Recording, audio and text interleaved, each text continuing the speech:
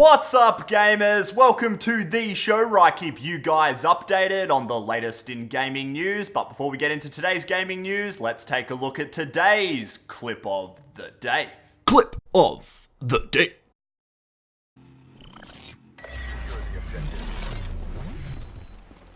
Securing Charlie. C secure. UAV on standby.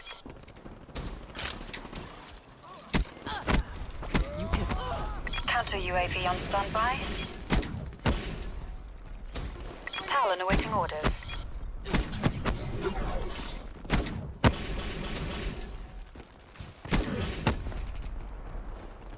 Securing Alpha. So yeah guys, that was our clip of the day for today. I hope you guys enjoyed it, but now let's get into our first news report for today's show. And our first news report is about a guy in America who took a stroll into a store and peed all over the game section. Yes, this guy walked into a Target store in Pennsylvania and peed all over the video game and video game accessory section in the store. Now this guy was completely drunk at the time, but I'm not too sure if that's even an excuse, to be honest. Like, even if you are completely off your face, you still know what you're doing, at least to a little bit of a degree. You're at least aware enough to know that you're about to unleash all over the video game section inside a store. Now, there haven't been any reports to which games this dude was peeing all over, but if it was Call of Duty Ghosts or Advanced Warfare, then this is completely understandable, and I salute you. But seriously guys, this is actually really gross. I kind of feel sorry for the staff who actually had to clean this up. I probably would have just quit my job at that very moment. And I kind of wonder what they actually did with all the games that were all soiled. All I know is that if I lived in Pennsylvania and I was shopping at Target, I'd be very, very wary of that $5 bargain bin. Anyway, the guy did turn himself in the next day and admitted to being drunk and disorderly, and he was then charged for peeing all over the game. So I guess that was a pretty piss poor effort from that guy.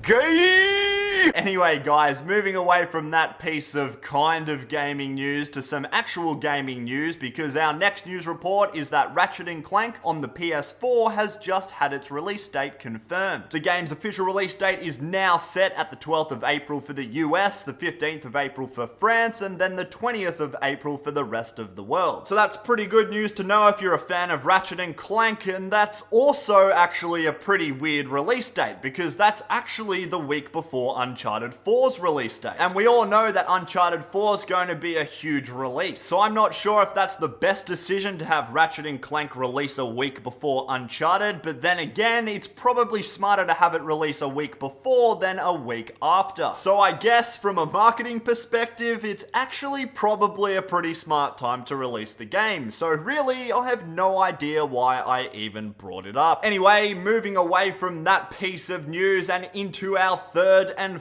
final news report, and it's about DC Universe Online, because the game's coming to the Xbox One. The news was first broken to us through a live stream with the development team, but then it was further confirmed when the studio tweeted out that they're coming to the Xbox One in spring. We don't have a release date for it just yet, but we do know that the game's going to be arriving on the Xbox One later in the year. Anyway guys, that's going to be it for today's gaming news. I hope you guys enjoyed the show, and I'll see you on Thursday's video.